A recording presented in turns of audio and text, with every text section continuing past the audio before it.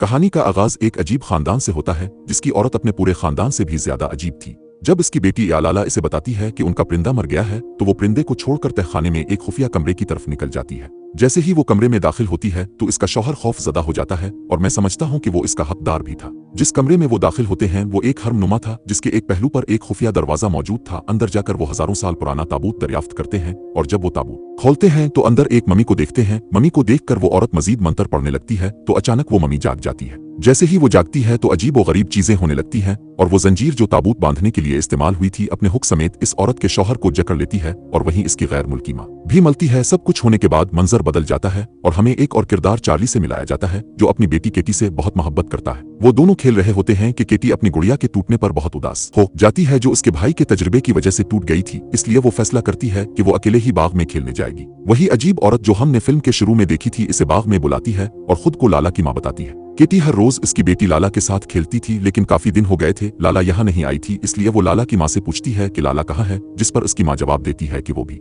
वहाँ है लेकिन आज मेरे पास आओ क्योंकि मेरे पास तुम्हारे लिए कुछ है और एक जादुई शो भी है। वो इस वक्त उदास थी इसलिए इस औरत के पास चली जाती है। वो औरत पहले इसे 2 बुतखा के बच्चे दिखाती है, फिर इसे कुछ खाने को देती है और आखिर में एक सेब देकर कहती है कि मुआफ करना मुझे जो जादू करने वाली हूँ। फिर वो कुछ अजीब जादुई अल्फाज और मंत्र पढ़ना शुरू कर देती है और सेब थामे इस औरत की सूरत और भी अजीब हो जाती है। जैसे ही किटी सेब का एक टुकड़ा खाती है तो उसके अंदर से एक सिया अजीब कीड़ा निकल कर उड़ जाता है, लेकिन इस सब के बावजूद वो औरत मंत्र पढ़ना बंद नहीं करती। किटी शदीद दर्द में मुब्तला हो जाती है और बेहोश हो जाती है, जिसके बाद वो औरत किटी को उठाकर भाग जाती है। जब किटी के वालिद चार्ली इसकी आवाज नहीं सुनते तो वो इसे तलाश करने निकल पड़ता है मगर वो कहीं नजर नहीं आती। वो बाजार तक जा पहुंचता है इसे ढूंढने और वहां इसे वही औरत नजर आती है जो एक बच्ची को गोद में लिए हुए फरार हो रही होती है। चार्ली अपनी बेटी के पीछे दौड़ना शुरू करता है लेकिन अचानक जबरदस्त तूफान आ जाता है और दोनों गायब हो जाते हैं। चार्ली बहुत कोशिश करता है इसे ढूंढने की लेकिन ना वो मिलती है और ना ही पुलिस वालों को कोई सुराग मिलता है। किटी के गायब हुए 4 साल गुजर जाते हैं लेकिन किटी के माँ और अबू अभी भी इस सदमे से बाहर नहीं निकल पाते।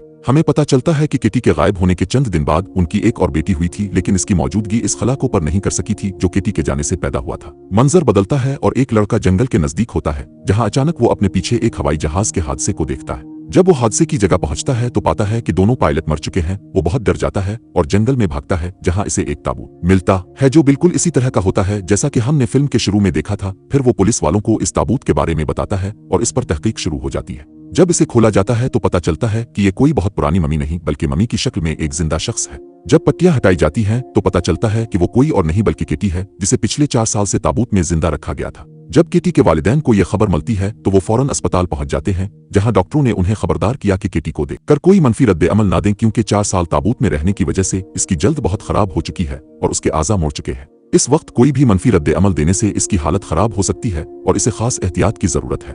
जब किटी की माँ इसे देखती है तो वो इसकी हालत देखकर दिल से टूट जाती है और इसे गिले लगा लेती है। पता चलता है कि केस संभालने वाली अफसर जकी पहले भी किटी को ढूंढने में लगी हुई थी और अब वो दोबारा किटी के केस पर काम कर रही है। किटी के जिस्म को इस तरह सड़ते हुए देखकर वो हैरान हो जाती है और दोबारा केस पर बात करने के लिए किटी के घर आती है। वो किटी के वालिद को बताती है कि जिस ताबूत में किटी रखी गई थी वो तकरीबन 400 या 500 साल पुराना था और लोग अक्सर अपने जराइम छुपाने के लिए पुरानी चीजें इस्तेमाल करते हैं। इसका बाप इसे कहता है कि मैं इस केस में तुम्हारा पूरा साथ दूंगा और तुम्हें वो शख्स पकड़ना होगा जिसने मेरी बेटी के साथ ये जुल्म किया है। वो इसे उम्मीद दिलाती है कि वो असली मुजरिमों को ढूंढ निकालेगी। वो जोड़ा किटी को लेकर घर वापस आता है और जैसे ही वो पहुंचते हैं तो किटी की दादी इस पर होली की शरारतें शुरू कर देती है लेकिन इससे किटी को ऐसी मुश्किलात पेश आती हैं जिनका कोई जवाब नहीं होता। इसका जिस्म अजीब और गरीब अंदाज में मुड़ने लगता है और वो अनोखी आवाजें निकालती है। किटी की माँ जो ये मंजर देखकर खौफजदा हो जाती है इसे एक इंजेक्शन दे देती है। यहाँ हमें पता चलता है कि चार्ली और उसकी बीवी के वालिद भी सहाफी थे और तहकीकात में माहिर थे।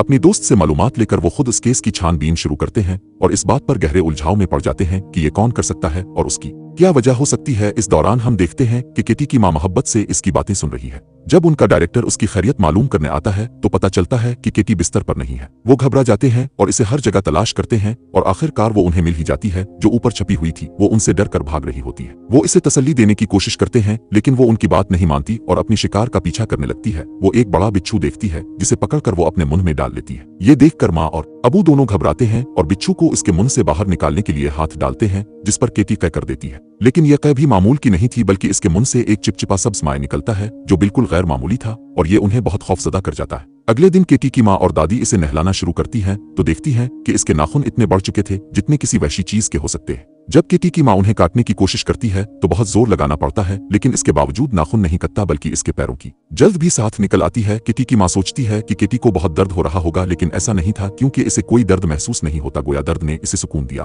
वो व्हील चेयर से उठती है और सब कुछ उधर उधर धक्का देकर किचन की तरफ चली जाती है, जहां वो अपने पांव को चोट पहुंचाते हुए चूल्हे पर गर्म करने लगती है। जब केटी की माँ और दादी इसे रोकने के लिए पास जाने की कोशिश करती हैं, तो वो उन पर हमला करती है और फरार होने लगती है। खुशकिस्मती से तभी चार्ली घर वापस आ जाता है और वो केटी को पकड़कर इसे सुकून देने की कोशिश करता है और अपनी तरफ से इसकी टांग पर पट्टी भी बांधता है। केटी के रवैये को समझ न पाने की वजह से चार्ली अपनी बीवी से कहता है कि उन्हें केटी को चंद दिनों के लिए अस्पताल में छोड़ आना चाहिए। इस बात से केटी की माँ और भी ज्यादा दिल बर्दाश्ता हो जाती है और वो जज्बाती होकर केटी से बात करने की कोशिश करती है। केटी कई दिनों से बोल नहीं रही थी, इसलिए वो गुस्से में आकर इसे झटकती है और केटी इसके चेहरे पर थूक देती है, लेकिन ये सब देखकर भी केटी की माँ गुस्सा नहीं होती क्योंकि कम अज कम केटी ने किसी बात का जवाब तो दिया था। रात को केटी के अबू इससे मिलने आते हैं तो वो रो पड़ती है और वो केटी से मुआफी मांगते हुए कहते हैं कि अगर मैं इस दिन तुम्हें बाग में अकेला ना छोड़ता तो आज तुम मेरे साथ बिल्कुल ठीक होती, और जो दर्द तुमने सालों तक सहा ये सब मेरी वजह से है। इस वक्त हमें मालूम होता है कि केटी बात कर सकती है, लेकिन वो बात करने के बजाय अजीब तरीके से अपने दांत पीसने लगती है।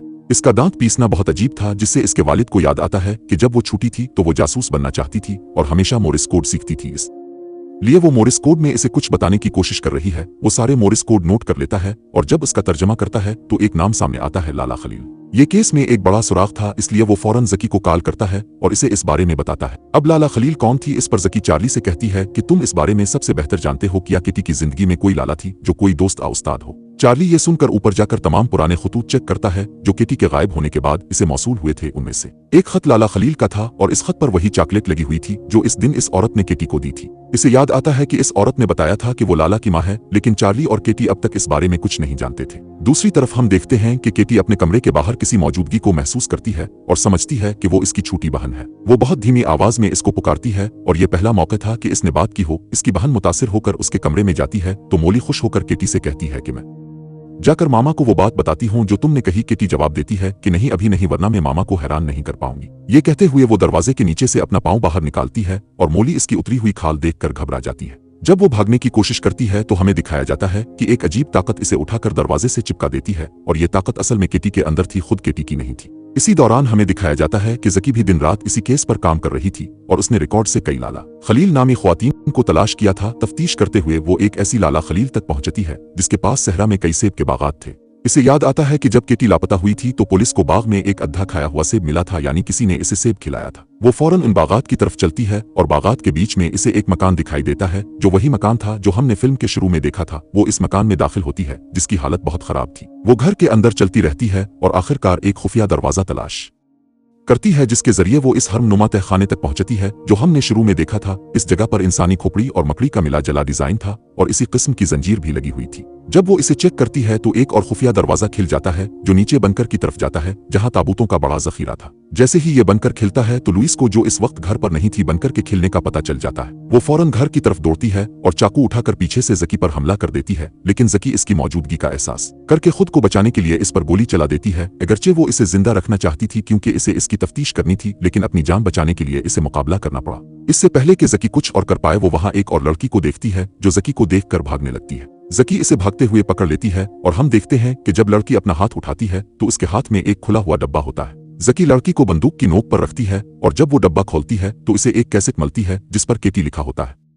जकी इससे पूछती है कि लाला खलील कौन है, तुम हो या वो मरी हुई औरत? तो वो लड़की जवाब देती है कि मैं ही लाला खलील हूँ। हम वापस केटी की जानिब आते हैं जहां इस बार उसके साथ इसकी दादी है जो मुकद्दस आयात पढ़कर इसे तसल्ली देने की कोशिश कर रही है। ये बात केटी को बहुत गुस्सा दिलाती है और वो इन चीजों को बाहर फेंक देती है और फिर अपनी ही लाकेट की डोरी से दादी का गला घोंटने लगती है और आखिर में वो उन्हें खिड़की से बाहर फेंक देती है। जब केटी की माँ खिड़की टूटने की आवाज सुनकर आती है तो वो अपनी माँ को नीचे गिरकर मुर्दा पाती है और ये मंजर उसका दिल तोड़ देता है। दूसरी तरफ हम जकी को देखते हैं जो एक बड़ी खबर मिलने के बाद बार बार चार्ली से राब्ता करने की कोशिश कर रही है, लेकिन चार्ली जनाजे में मसरूफ होने की वजह से फोन नहीं उठा पा रहा। फिर वो वीडियो देखती है जो इसे लाला खलील से मिली थी और इस वीडियो को देखकर वो इतने गुस्से में आ जाती है कि वो लाला पर बरस पड़ती है और पूछती है कि इस बेबस लड़की के साथ ऐसा क्यों किया। लाला बोलने की कोशिश करती है मगर वो बोल नहीं पाती क्योंकि इसकी जुबान कट्टी हुई थी। जकी वीडियो की जुबान नहीं समझ पाती मगर वो लड़की इशारों से सब कुछ समझ रही थी, इसलिए जकी इसे कहती है कि सब कुछ कागज पर लिख डालो। लाला अपनी घिसी हुई आवाज और लिखाई में जकी को बताती है कि मेरी माँ जिसका नाम लुइस है वो इस सारी साजिश के पीछे थी और जब मैंने सच जानकर सबको बताने की कोशिश की तो इसने मुझे रोकने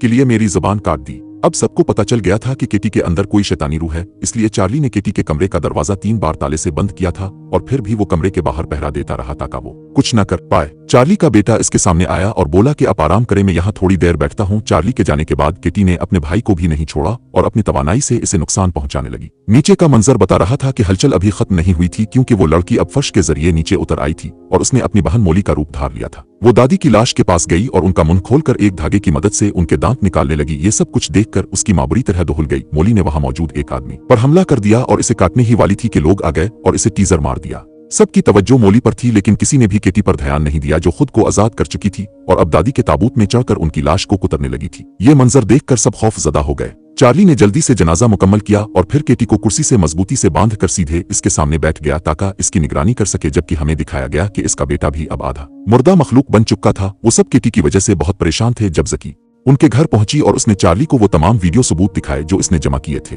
उन्होंने वाकई मालूम कर लिया था कि क्या हुआ था। और जब उसने ये सब समझाया तो चार्ली की जान कांप गई कि कोई कैसे किसी मासूम बच्चे पर इतना खौफनाक रस्म अदा कर सकता है। वीडियो में साफ दिखाया गया था कि वो औरत लुइस एक शैतानी गिरोह की रुकन थी, जो हर साल शैतान को जिंदा रखने के लिए इसे नए जिस्म फराहम करती थी और वो हमेशा कम उम्र बच्चों के जिस्म पेश करते थे ताकि जिस्म बदलने का अमल जारी रहे। उन्होंने जबरदस्ती केटी को इस ममी के ऊपर लुटाया था जो हमने फिल्म की शुरुआत में देखी थी, और उसके बाद उनका सरबरा कुछ जादुई वर्क पड़ने लगा, जिससे ममी की सारी तारीख तवानाई केटी में मुंतकिल हो गई। अब वो समझ गए कि केटी ने ये सब क्यों किया था, क्योंकि इस वक्त केटी इसके अंदर नहीं थी। जब वो वीडियो देख रहे थे तो केटी ऊपर अपना काम कर चुकी थी और अपने भाई को सही जगह पर बांध कर खुद को आजाद करवा के भाग गई थी। ये देखकर सब इसके पास आए इसे काबू पाने के लिए, लेकिन वो हवा में उड़ रही थी और सबको अपनी असल ताकतें दिखा रही थी। जब जकी इसके करीब आई तो इसने जकी को सीढ़ियों से नीचे गिरा दिया, जिससे वो बेहोश हो गई। इसने अपनी मां को भी फेंक दिया था और अब चार्ली इसे काबू करने की कोशिश कर रहा था। चार्ली ने अपनी सारी ताकत लगाकर इसे नीचे गिराया। जब केटी के अंदर मौजूद वजूद को एहसास हुआ कि केटी का जिस्म उसकी ताकतें संभालने के लिए बहुत छोटा है, तो इसने खुद को मुंतकिल कर लिया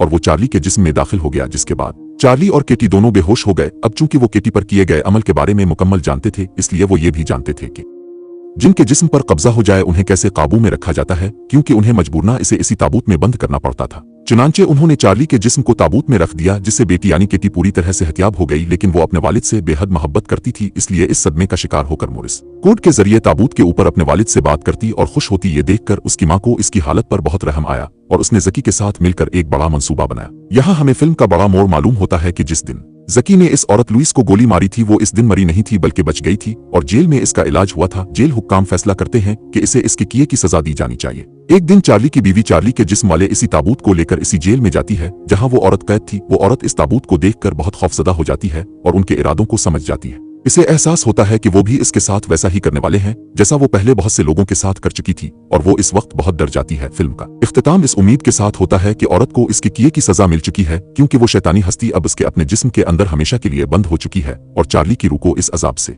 आजाद कर दिया गया है।